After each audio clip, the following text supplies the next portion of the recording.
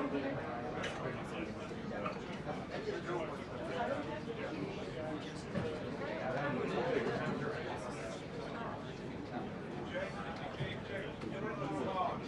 want me up?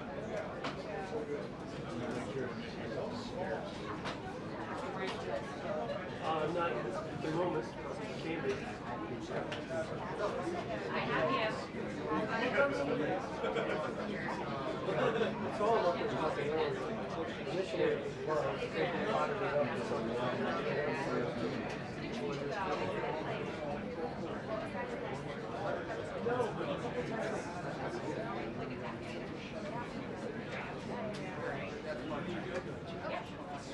Especially over.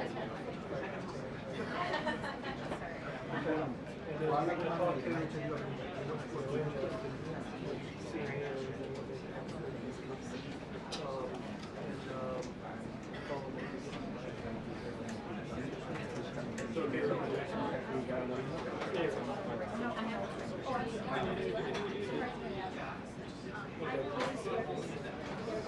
Yeah, I see you. Okay. Thank you.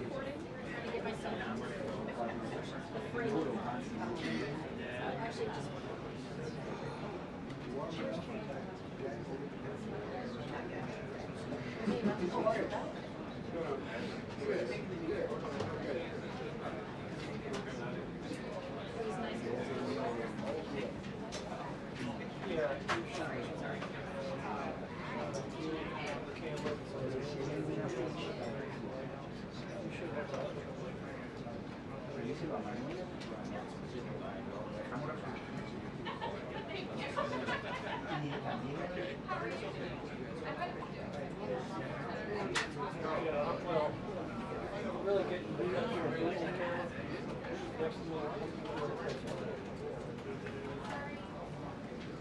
So that, so for the question, if you come into a mic, that's addressed.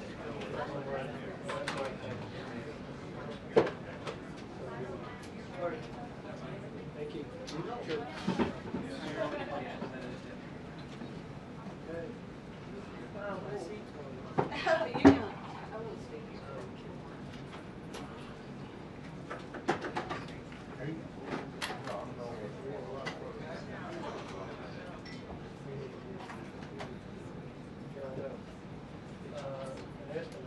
I usually ask them back up here. So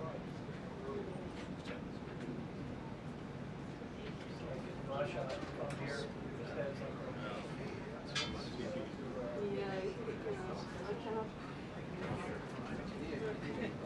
yeah, that would be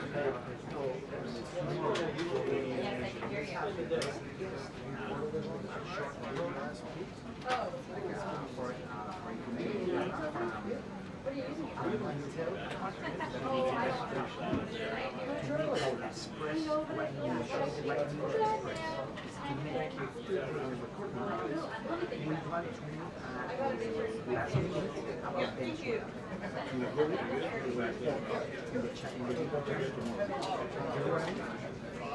I want to take what I don't know we can see tomorrow.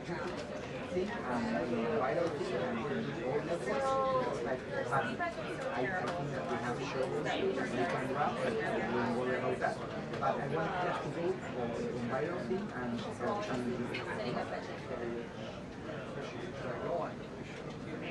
yeah, we are gonna report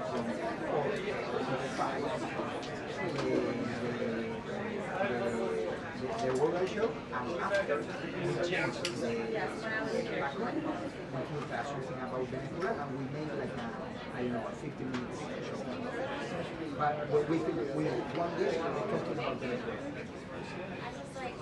There's a way to solve this. Yeah, but we have to tell Parker if you want to be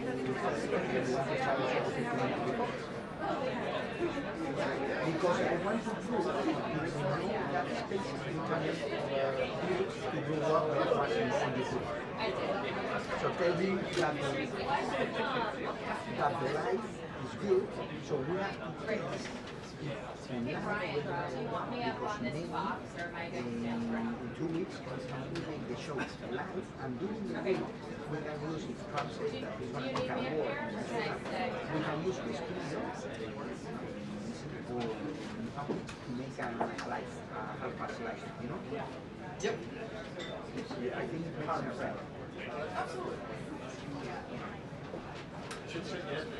Third party, I think, I'm going after just express the news from Nicola, a very easy program, just Do you want me up here? 1 or 2 days, no more, and that's it. Like, hey, special report from Nicola, special report from Cuba, because if not, we are going to be dead the whole week, and we need content. And tell him that we have a consulting guy, he's going to what he said, hey, you express things. And tell him the exact hours that we have to express things. In Palm Beach and Mississippi.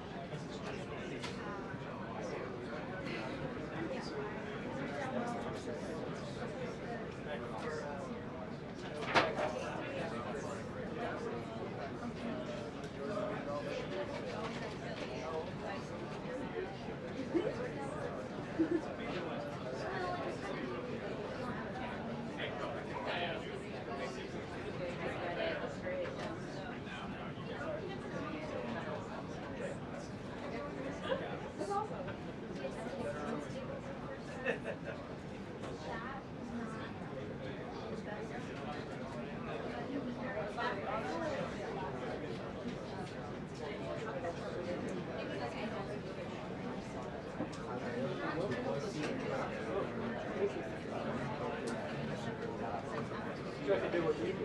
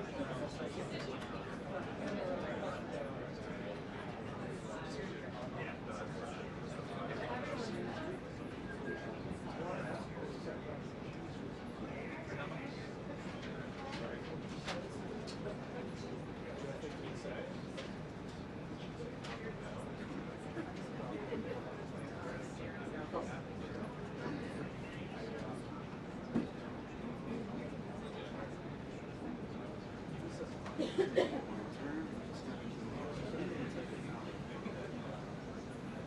don't assume that we're in quite yet, John, but as you guys mentioned, we are likely to hear off the top something about that horrific shooting of those U.S. service members. Also, two big stories that we're following here at the White House: Venezuela and Ukraine. Venezuela very likely to come up in the briefing today. The president said on Thanksgiving that it was likely the U.S. would soon begin targeting these narco-terrorists, as they describe them, on land with land strikes. But the administration's policy has also been under scrutiny after the Washington Post reported that the War Secretary, kind of said, ordered a second strike on that September 2nd strike on the boat and ordered those people to kill everyone. The president told reporters that he believes Hexa denied issuing that order to kill everyone, but congressional Republicans have pledged a new round of aggressive oversight, joining in with Democrats who want input on that issue. Meantime, President's envoy Steve Witkoff is headed to Moscow today to continue a round of discussions happened over the weekend that also saw Morris. So, and the Ukrainian president pushing for an end to the war by the end of 5 years. We are so far not scheduled to see the well as national security officials around 4 o'clock regarding Venezuela. Close of people that are expected to go had phone calls a short while ago. Also, Israeli Prime Minister Benjamin Netanyahu about continuing also to militarize Gaza and disarm Hamas, expand all of this as war. And tonight he is still ramping up pressure on that, not only with those death strikes that they've been carrying out over the last several months, but also discussion of the president himself to say very soon potentially have it on Lincoln. Now it also comes forth as there's a lot of suppressing for all those issues, maybe by Senate or what we're hearing in our reporting, to order them key questions that will be asked in the briefing. But the second strike on the Venezuela vote off the coast of Venezuela back in September. A lot of questions over why it was ordered. We hear bipartisan pushback on Capitol Hill, and we want to look into it. So those are going to be some of the key questions. Well, I'm sure we'll address later in that meeting, but also in this briefing that is expected to kick off shortly. And all of this comes as we know that dozens of warships as well as thousands have been amassing in the region ahead of what the president said could be strikes very soon. So a lot of questions over that. Of course, I would remind you as well that one thing we still need answers on is what exactly was discussed in that phone call between the president and Venezuelan President Nicolas Maduro. The president confirmed that call happened, but we have not yet gotten details on whether diplomacy is potentially still an option here. So a lot to consider as this briefing is soon to kick off, but then also as they head into that meeting in the Oval Office.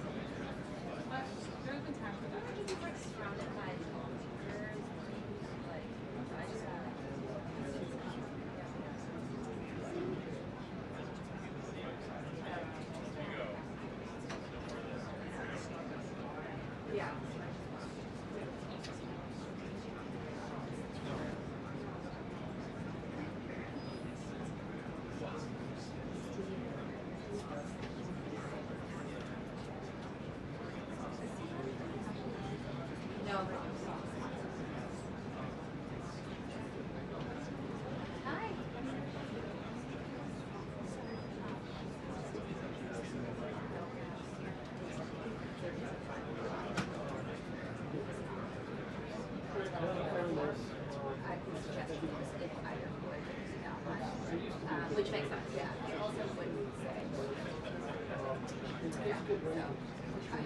Yeah, I mean, there's only 9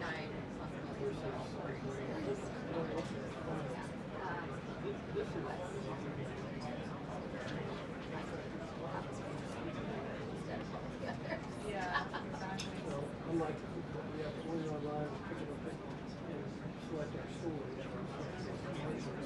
Again, if you pick it up at the store and you say, Yeah, he's it comes with a 2-year warranty. Right. Maybe you can get an additional. You can get another year. 2 more years.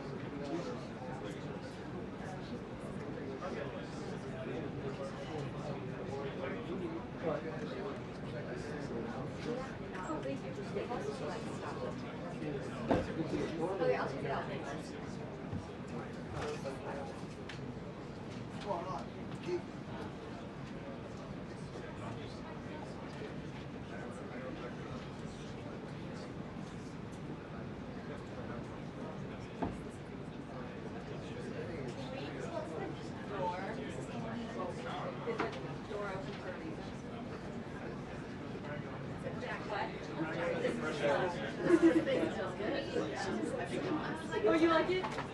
It's like popular girl. Is this still not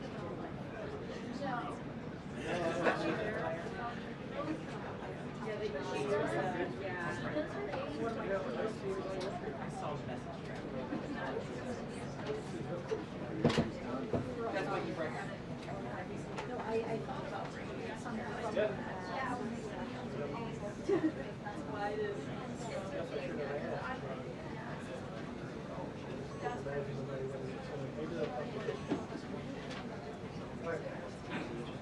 Okay. Incredible.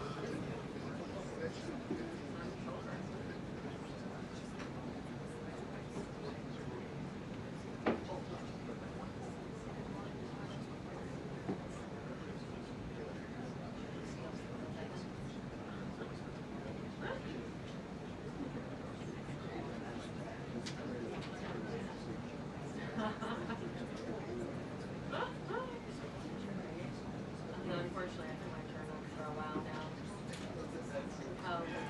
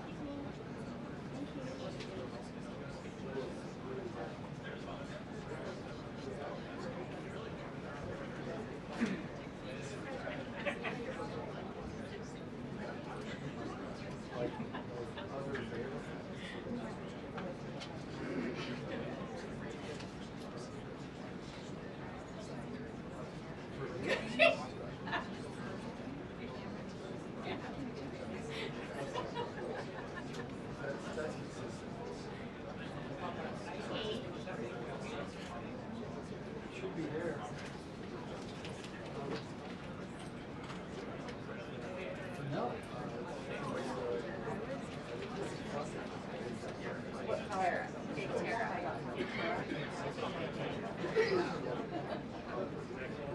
That's my kid.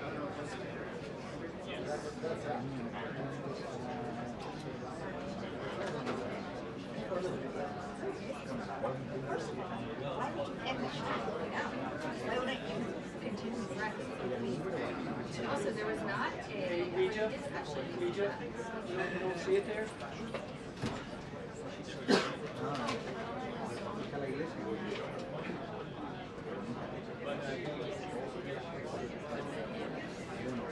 ¿Cuántos eran? Check it. There? Who's Anya? Huh? Anthony. Is there a lock here? You checked it in earlier.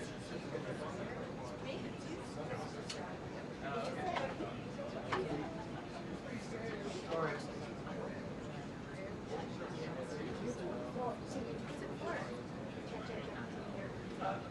Let me.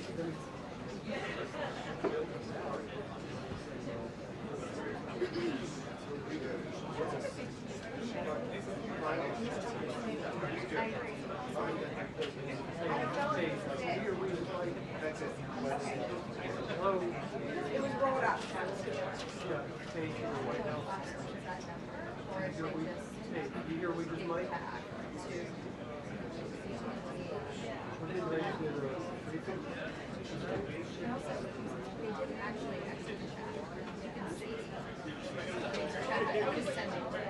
I'm just doing her. They didn't actually. You hear her okay?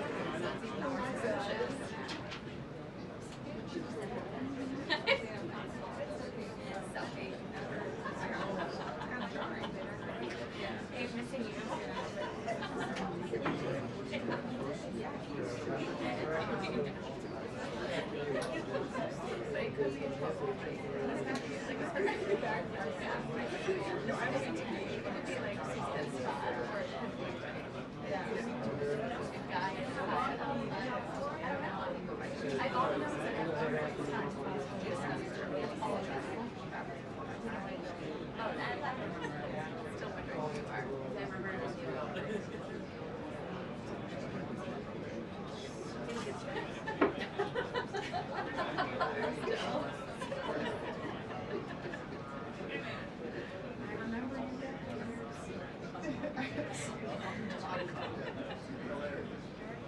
My favorite is Jackie and I.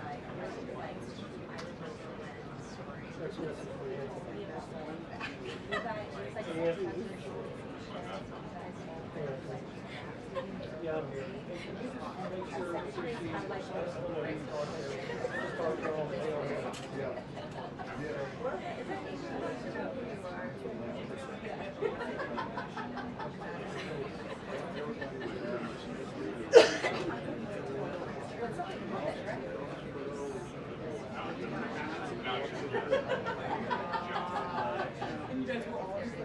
Like floating down a river, like reporters and Yeah, I'm sure you were. For the record.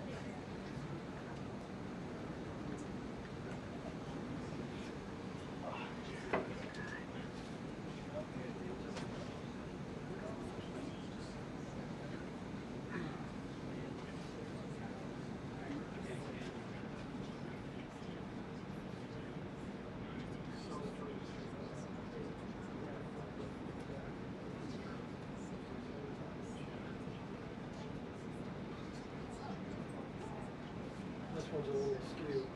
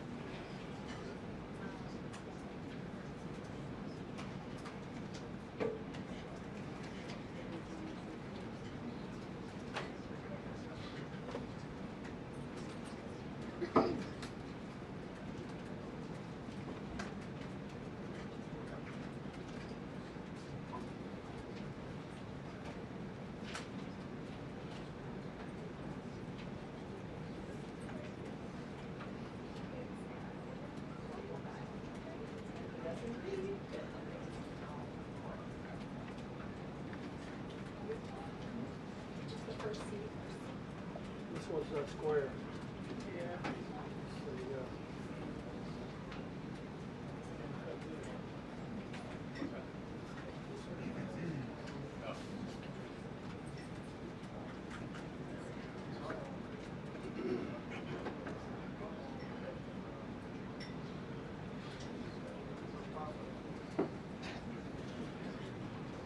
What?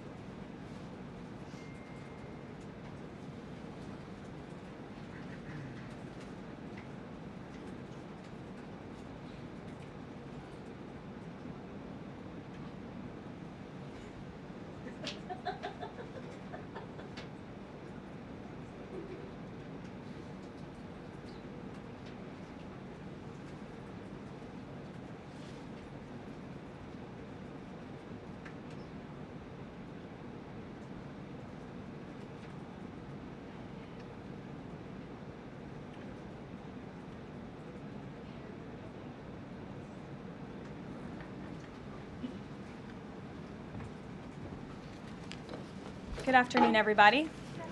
I apologize for my tardiness. We had some technical difficulties, as you could see, but I think we are ready to rock, so let's get to it. I'll begin this week with some scheduling announcements for President Trump's very busy week ahead. Tomorrow, President Trump will host his 9th cabinet meeting of the year alongside his incredible cabinet, who continue to deliver for the American people at a record pace. Later in the afternoon tomorrow, the president will make an announcement in the Oval Office on his initiative to create Trump accounts to give the next generation of Americans a jump start on savings. It will be a very exciting announcement indeed, especially for all of the parents across the country with young children and babies. On Thursday, President Trump will host the presidents of the Republic of Rwanda and the Democratic Republic of Congo to sign the historic peace and economic agreement that he brokered. On Thursday night, the President and the First Lady will celebrate one of America's greatest traditions, the lighting of the national Christmas tree on the Ellipse. And on Friday, President Trump will attend the FIFA World Cup final draw at the Kennedy Center. You all will be seeing and hearing from the President every day this week, so you have me today, and then he will take on the rest of the week himself. Next, I would like to address the horrific tragedy that took place in our nation's capital last week. A foreign terrorist that the Biden administration failed to properly vet ambushed 2 members of the West Virginia National Guard who were honorably serving here to keep the residents and visitors of Washington, D.C. safe. U.S. Air Force Staff Sergeant Andrew Wolf was severely wounded in the attack and remains hospitalized while he continues to fight for his life. Tragically, U.S. Army Specialist Sarah Beckstrom died of her wounds. She was just 20 years old. President Trump and the entire White House are praying for Andrew's full recovery at the request of his parents and their personal phone call with the president over the weekend. And we are keeping Sarah's family and friends in our prayers during this unimaginably difficult time. Sarah and Andrew represent the very best of America. 2 young patriots who were willing to put on the uniform and risk their lives in defense of their fellow Americans. Both of them truly embody the profound words spoken by Jesus Christ in the gospel. Greater love has no one than this, to lay down one's life for one's friends. Sarah and Andrew are heroes, and we will never forget their sacrifice. That means ensuring the monster responsible for this atrocity is prosecuted to the fullest extent of the law and faces the most severe punishment possible. It also means reckoning with why this atrocity was allowed to happen in the first place, so that it may never occur again. Here are the facts.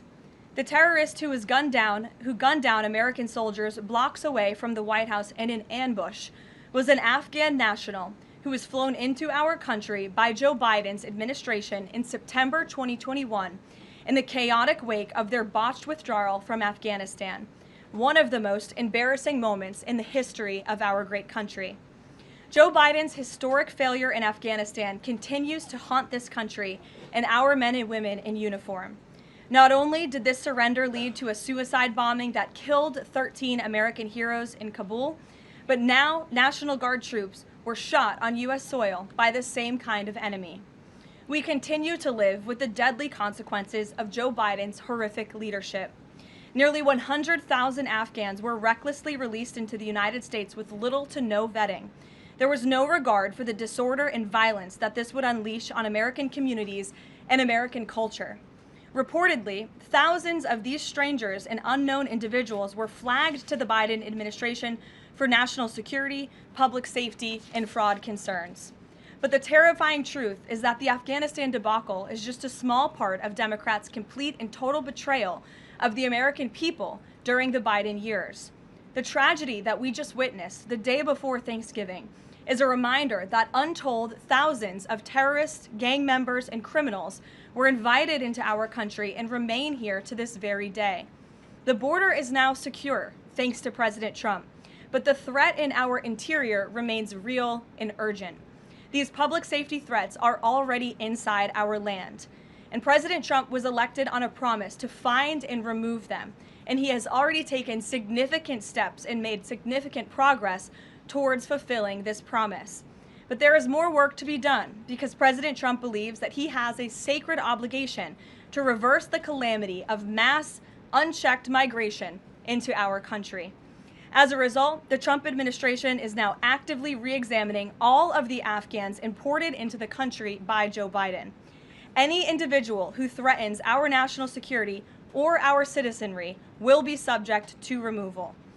President Trump has already permanently paused migration of foreign nationals from third world countries that pose a very high risk to the United States.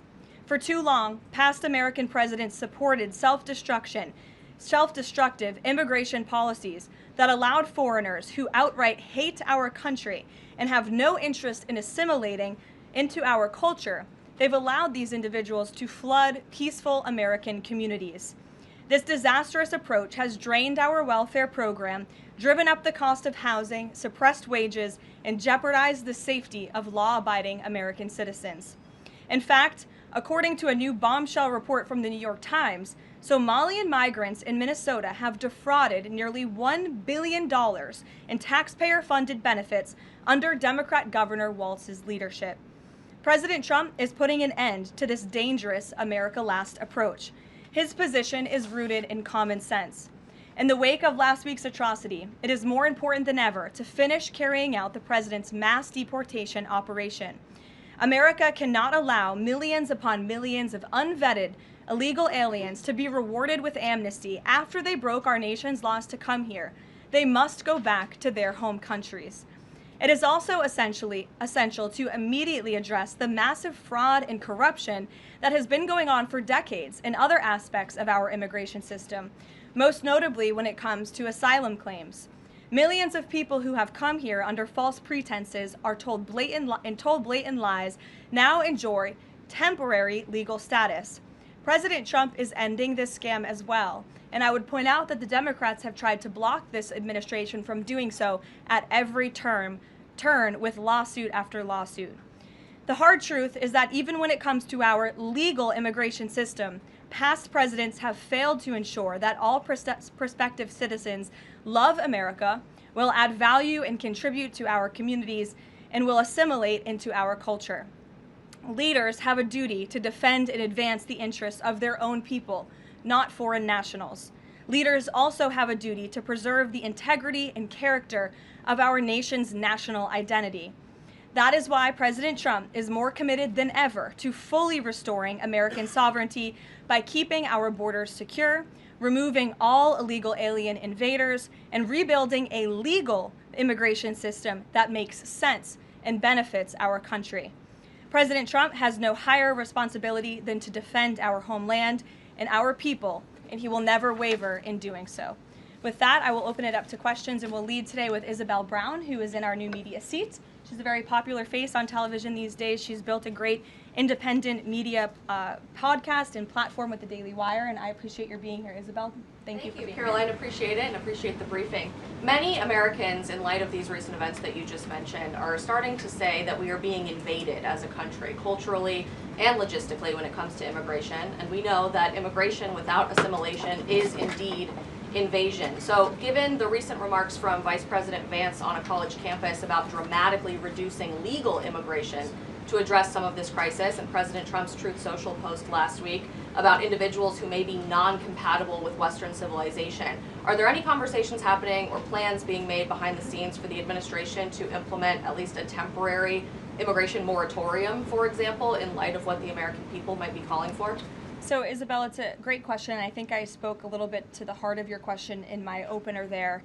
I would add that the Trump administration has done more to limit migration, both illegal and legal, than any administration in history. And I'll just walk you through some of the actions that we have taken thus far. Number one, the Trump administration issued a travel ban for 19 countries, including Afghanistan, special immigrant visas, which is a legal pathway to get here, which we know many Afghans have utilized to come into the country, have now been paused since the tragic shooting last week. Refugee admissions were suspended for Afghans from this administration on day one, and refugee admissions into the country right now are essentially at zero, with the exception of Afrikaners fleeing persecution in South Africa. The State Department has also heightened their scrutiny and vetting of all visas and have revoked visas, as you know, for those who do not align with our country's national interests. The Secretary of State has the right to do that, and we've taken unprecedented action to do just that. We are also now pausing all asylum adjudications for additional vetting as well. And so additional actions I don't have to read out for you today, but I would just remark that the President has made tremendous progress on this front, and it's why it's so crucial that we not only secure the borders, which the President did in record time. We have 0 illegal aliens entering into the country month after month, but we also are taking a look at those who are already in the interior of our country and removing them if they are here illegally, and also taking a look at these visas. Again, having a visa in the United States is not a right, it is a privilege. And the Secretary of State, if you are deemed contrary to our country's foreign national interests, has the right to revoke that privilege. Thank you. Gabe. Thank you, Caroline. Excuse me. Regarding Venezuela, the President said yesterday that Secretary Hegseth had denied that second strike, that reported second strike on an alleged drug vote on September 2nd. The Secretary said to the President that didn't happen. But to clarify, I just wanted you to clear this up. In his social media post, Secretary Hegseth didn't go into details about that strike. He just said U.S. operations in the area were lawful, and he said that the story and media reports were fabricated. So to be clear, does the administration deny that second strike happened, or did it happen and the administration denies that Secretary Hegseth gave the order? The latter is true, Gabe, and I have a statement to read for you here. President Trump and Secretary Hegseth have made it clear that presidentially designated narco-terrorist groups are subject to lethal targeting in accordance with the laws of war. With respect to the strikes in question on September 2nd, Secretary Hegseth authorized Admiral Bradley to conduct these kinetic strikes. Admiral Bradley worked well within his authority and the law, directing the engagement to ensure the boat was destroyed and the threat to the United States of America was eliminated. And I would just add one more point to remind the American public why these lethal strikes are taking place. Because this administration has designated these narco-terrorists as foreign terrorist organizations. The President has a right to take them out if they are threatening the United States of America and if they are bringing illegal narcotics that are killing our citizens at a record rate, which is what they are doing. And under the previous administration, there was enough fentanyl trafficked into our country to kill every American man, woman, and child many times over. And so that's why you've seen a drastic difference in this administration's policy with respect to the last, and it's one of the many reasons the American public reelected this president and support this Secretary of War in conducting these strikes. So to be clear, to clarify, Admiral Bradley was the one who gave that order for a second strike. And he was well within his authority to do so. And a separate question, the President several days ago said it was his intention to pardon the former president of Honduras, who was a convicted drug trafficker. And yesterday on Air Force One, the President said that if someone sells drugs in that country, that doesn't mean you arrest the President and put him in jail for the rest of his life. How is that different than what the administration is accusing Venezuela's Nicolas Maduro of? You're cherry picking the President's statement a little bit yesterday, as he also said yesterday the people of Honduras have highlighted to him how the former President Hernandez was set up. This was a clear Biden over prosecution. He was the president of this country. He was in the opposition party. He was opposed to the values of the previous administration, and they charged him because he was president of Honduras. There were some other egregious facts that came out during this trial, and I would encourage you to report on them. His court-appointed lawyer was only given 3 weeks to prepare for trial. He shared that his conviction was lawfare by the leftist party, who, quote, struck a deal with the Biden-Harris administration. Hernandez has highlighted there was virtually no independent evidence presented, and many of his conviction was based on testimony from many admitted criminals who hoped that cooperating would reduce their own penalties. So the President heard the concerns from many people, as he does, and he's, of course, within his constitutional authority to sign clemency for whomever he deems worthy of that. Jackie. Thank you, Caroline. Following up on Gabe's question, you said that the follow-up strike was lawful. What law is it that allows no survivors? The strike conducted on September 2nd was conducted in self-defense to protect Americans in vital United States interests. The strike was conducted in international waters and in accordance with the law of armed conflict. And then On this pardon for the Honduran president, does it at all undercut the administration's messaging while you have these congressional Republicans defending the strikes on the narco-terrorists and then a pardon for a convicted drug trafficker? Does that make it more difficult for your members to defend your administration's policy? I don't think so, Jackie. I think that President Trump has been quite clear in his defense of the United States homeland to stop these illegal narcotics from coming to our borders, whether that's by land or by sea. And he's also made it quite clear that he wants to correct the wrongs of the weaponized Justice Department under the previous administration. And Ouija, I'll call on you because I think we're wearing matching blazers today. I was going to Great compliment minds. yours. Thank you, Caroline. Sure. So just to be clear, to clarify on Jackie and Gabe, did Admiral Bradley order that second strike because there were still survivors after the initial strike? Again, as I read for you, Admiral Bradley worked well within his authority in the law. He directed the engagement to ensure the boat was destroyed and the threat of narco-terrorists to the United States was completely eliminated. So was the initial order from Secretary Hegseth, everyone be killed, and did that come from President Trump? I saw that quoted in a Washington Post story. I would reject that the Secretary of War ever said that. However, the President has made it quite clear that if narco-terrorists, again, are trafficking illegal drugs towards the United States, he has the authority to kill them. And that's what this administration is doing. And can I Danny? follow up on the MRI? Because President Trump yesterday said that he would release the results of his MRI. Is that happening right now? It is happening right now. As part of, and this is a summary from the President's physician, and we will release it right now. I think my team has it teed up for all of you. I'll read it for you, and then you'll get it physically as well. As part of President Trump's comprehensive executive physical, advanced imaging was performed because men in his age group benefit from a thorough evaluation of cardiovascular and abdominal health. The purpose of this imaging is preventative, to identify any issues early, confirm overall health, and ensure the President maintains long-term vitality and function. President Trump's cardiovascular imaging was perfectly normal. No evidence of arterial narrowing impairing blood flow or abnormalities in the heart or major vessels. The heart chambers are normal in size, the vessel walls appear smooth and healthy, and there are no signs of inflammation or clotting. Overall, his cardiovascular system shows excellent health. His abdominal imaging is also perfectly normal. All major organs appear very healthy and well perfused. Everything evaluated is functioning within normal limits with no acute or chronic concerns.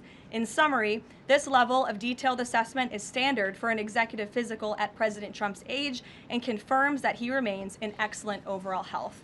Again, we will provide that to you. I think that's quite a bit of detail, and in the effort of transparency, the President promised it last night, and we have delivered today. So there you go.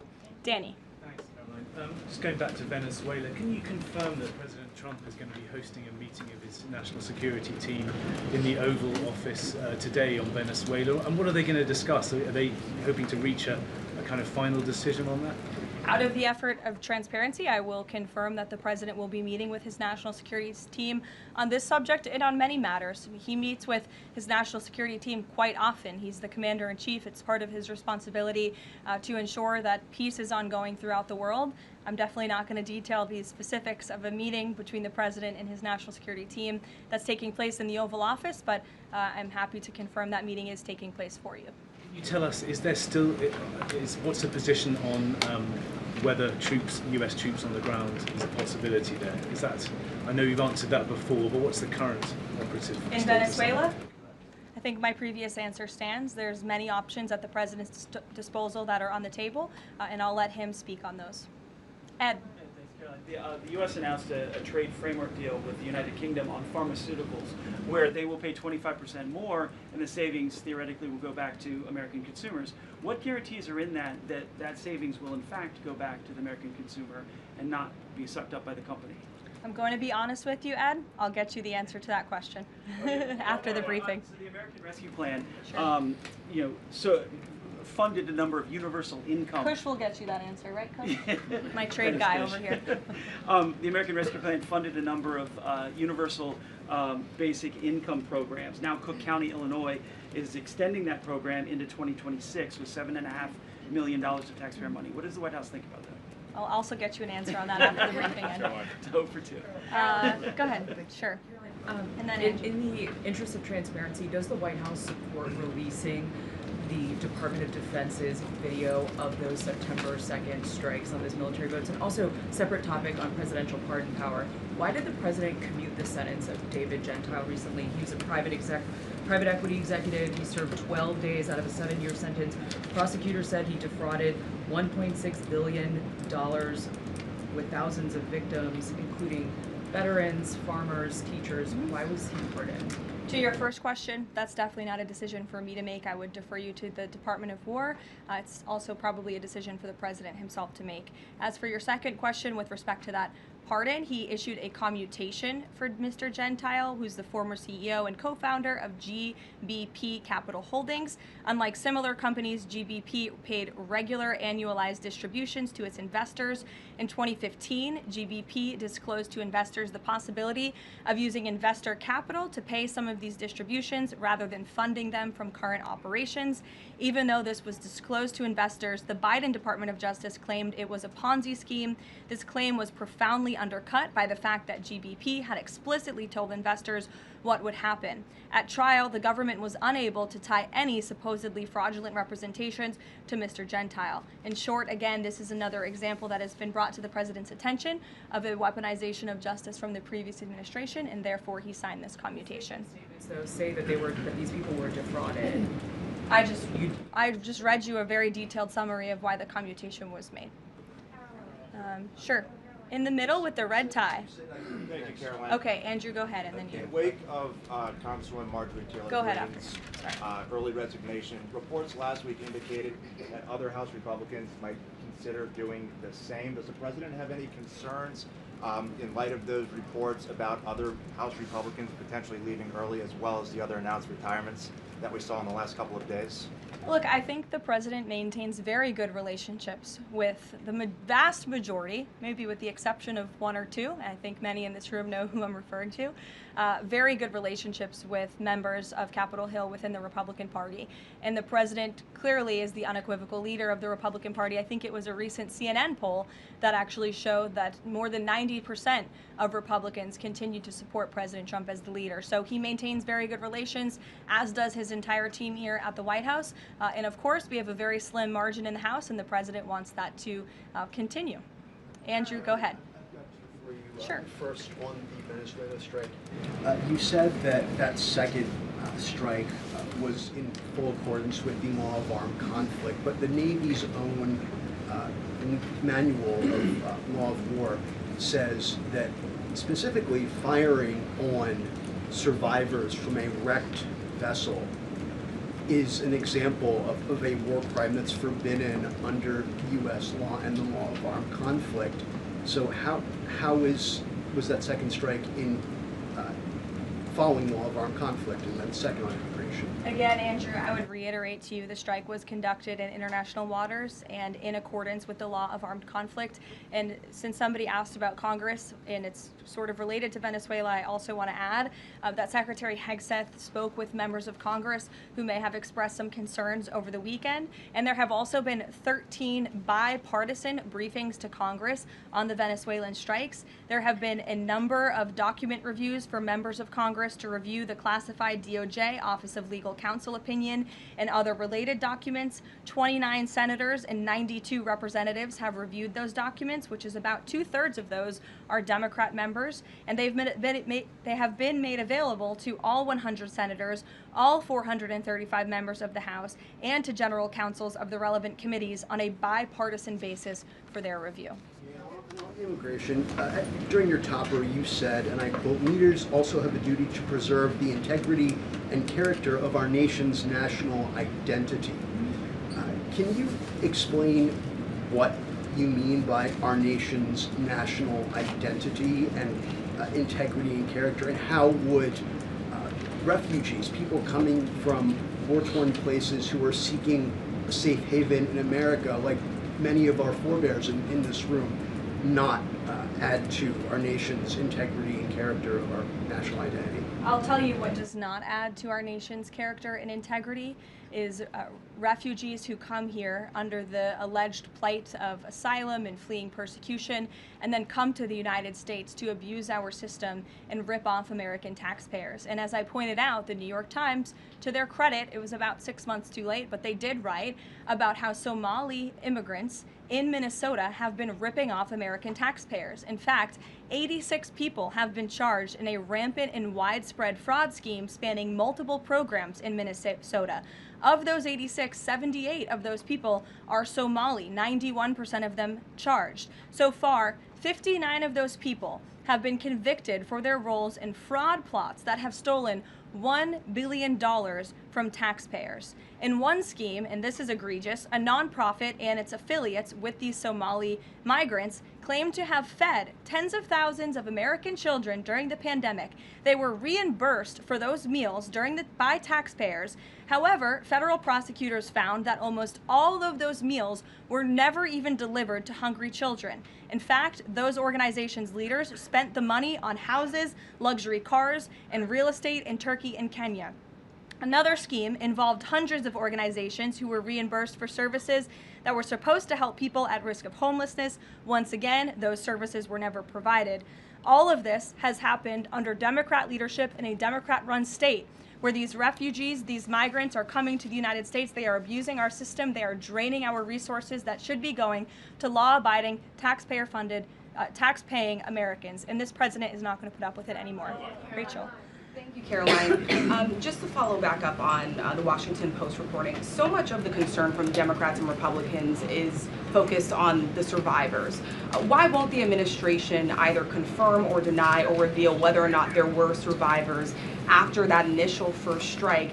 And what imminent threat would two survivors pose who were clinging presumably to the wreckage of that boat? Again, as I said, I think you guys are sort of not listening fully to the statement I've provided. Admiral Bradley worked well within his authority and the law, directing the engagement to ensure the boat was totally destroyed and the threat to the narco-terrorists to the United States was eliminated.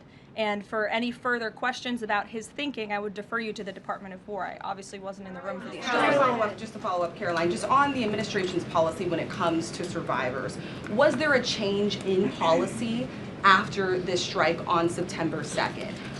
The Washington Post is reporting that these two survivors were killed after a second strike, but then in October, two people were rescued and returned to Colombia and Ecuador. So was there a decision that was made to handle survivors differently after these strikes? Not to my knowledge, no. Steve. The president confirmed that he spoke to the Venezuelan leader. Are you trying to negotiate his departure? Is there an asylum deal under work? President, as you know, last night on Air Force One, he said, I don't want to comment on that, but I did speak to him in the effort of transparency. So there you go. You got your confirmation. I'll let him speak further if he wishes to on the details of that conversation that took place. Steve Witkoff is headed to Moscow. How close are you to some sort of Ukraine agreement? I think the administration feels very optimistic. Obviously, you've seen, Steve, that the president's entire team, including Special Envoy Witkoff and Secretary Rubio and the Vice President and the President himself, Secretary Hegseth as well, have been working so hard on this effort, and they all really want to see this war come to an end. And so just yesterday, Sunday, I believe that was yesterday, they had very good talks with the Ukrainians in Florida, and now, of course, Special Envoy Witkoff is on his way to Russia. This is sort of the shuttle diplomacy that you've seen from this administration play out, where we speak equally with both sides. We've put points on paper. Those points have been very much refined, but as for the details, I will let the negotiators negotiate, but we do feel quite good, and we're hopeful that this war can finally come to an end. Stephen. Thank you, Caroline. I've got a question about Ukraine and then a clarification about immigration changes that are happening. On Ukraine, President Trump very briefly yesterday said that corruption issues there were not helpful to the peace process following the resignation on Friday of President Zelensky's top aide, Andriy Yermak. We were told from your podium in the prior administration that, quote, there is no indication that there's been any kind of widespread corruption involving U.S. resources in Ukraine. What is the Trump administration's view of corruption issues in the wake of Yermak's resignation, and how is that impacting peace talks? Well, look, I think the president has made it quite clear, as he said last night, corruption is never helpful. and he does not want to see American tax dollars taken advantage of, which is why he has stopped the endless checks that were being written by the previous administration to fund this war. The United States is selling weapons to NATO that are being sent to Ukraine. That's a very different thing than the American people writing blank checks to a war effort very far away. It does not degrade the administration's determination to see this war come to an end, but I think it exemplifies the president's desire to always put the American people and the American taxpayer first. On immigration, you mentioned, or you emphasized that there would be a review of the Afghans who were resettled here under the previous administration. Yes. There's a lot of changes happening right now to asylum and to green card holders. What should the 2 million people with pending asylum claims, or the roughly 1 million people from the 18 other countries of concern, know about what's going on in the review? What's the status of all these other people? They're essentially paused for review, and the Department of Homeland Security is taking this very seriously, because we are not going to allow soldiers like we saw in American streets last week to be gunned down at the hands of these foreign nationals who had the privilege of coming to the United States of America. And unfortunately, this is not the only example of a dangerous Afghan who was let in by Joe Biden, who went on to harm the American people. There was an Afghan national who was let into the country under the Biden administration through Operation Allies Welcome, who shot and wounded 2 Fairfax, Virginia police officers during a routine traffic stop. He was killed by return fire after declaring, quote, "I should have served with the explicitive Taliban." 2 Afghan nationals were given legal status by the Biden administration as well, who were arrested and prosecuted for plotting a terrorist attack in Oklahoma just before Election Day in 2024. We all remember that. They possessed hundreds of rounds of ammunition and had pledged their allegiance to ISIS. There was also an Afghan national who was on the terror watch list who was apprehended by Border Patrol in 2024, but then he was released into our country by the Biden administration. Again, let's just highlight the absurdity of that. Border Patrol apprehended a terrorist, and then the Biden administration, because of their lax policies, still allowed him to come into the United States of America. I think everyone in this room, whether you want to admit it or not, does not want that individual living alongside you in your American neighborhood. And that individual was later arrested again after being allowed to live in the U.S. at large for over a year. Another one, a criminal illegal alien from Afghanistan, was arrested by ICE in 2025, convicted of second-degree assault, was previously allowed to stay in the country by the Biden administration. I have several more examples here. I'm happy to provide them to anyone in this room. John. Thank you, Caroline. First of all, happy Thanksgiving to Thank you and your young family. Hope you enjoyed it. I have 2 questions unrelated. The first, back to Afghanistan. My son and I walked by the horrific shooting less than 1 hour before it happened. So for anybody that's here, this thing's real. You outlined all of these unvetted Afghans that that were let in by Biden. We just had one the other day that was going to blow up a DHS building. Can you be specific on what the Trump administration is doing now to re-vet those that are here so that we don't get a repeat of what we had Wednesday night? Sure. I can tell you 2 top-level things, and I would defer you to DHS for more of the specifics, as of course they are leading this effort, and I can assure you Secretary Noem is on the ball. I've spoken with her and her team, and they have an all-hands-on-deck effort to having resources go towards this. But we have paused all asylum adjudications, and then of course the special immigrant visas, which we know many Afghans utilize to come into the country under the Biden administration, have also now been paused. And I would just point out one more time that the Biden administration was responsible for the original sin that led to this tragic killing last week, the botched withdrawal from Afghanistan. He was responsible for Operation Allies Welcome, which is something that this White House and the people behind this podium in the last administration fully and wholeheartedly embraced. And they assured the American people there would be no risk or no harm to them. And as I just laid out for you in those many examples, that unfortunately and tragically has not turned out to be the truth. Just ask the families of these 2 brave National Guardsmen, one who is no longer with us and one who continues to fight for his life. So I know the president is wholeheartedly focused on this effort, and I think unfortunately these events do remind us why it's so important that the president's mass deportation operation continues. With that, follow up. The White House today launched a new fake news portal, which I found interesting. What is your objective with that, ultimately?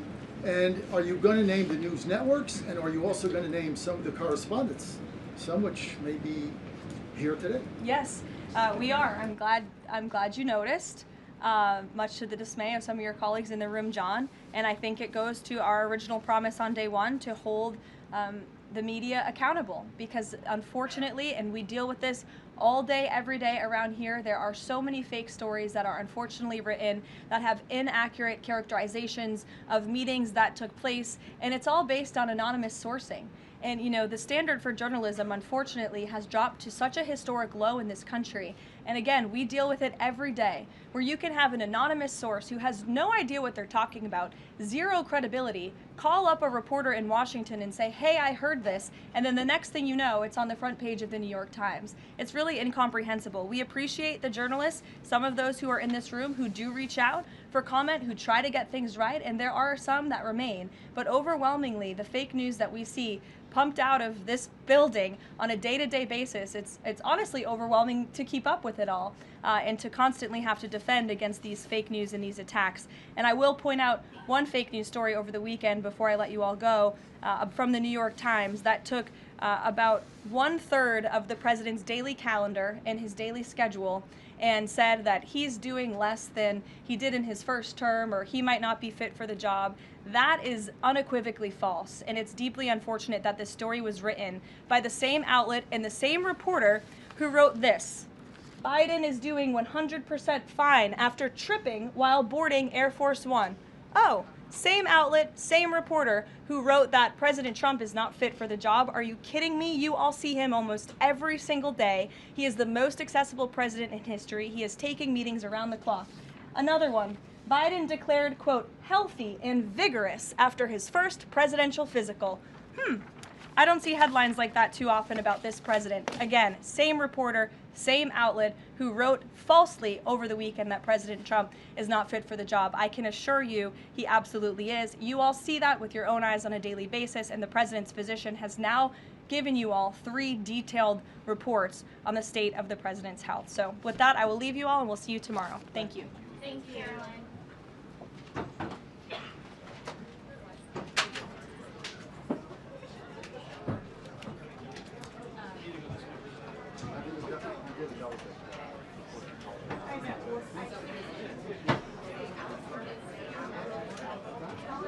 you.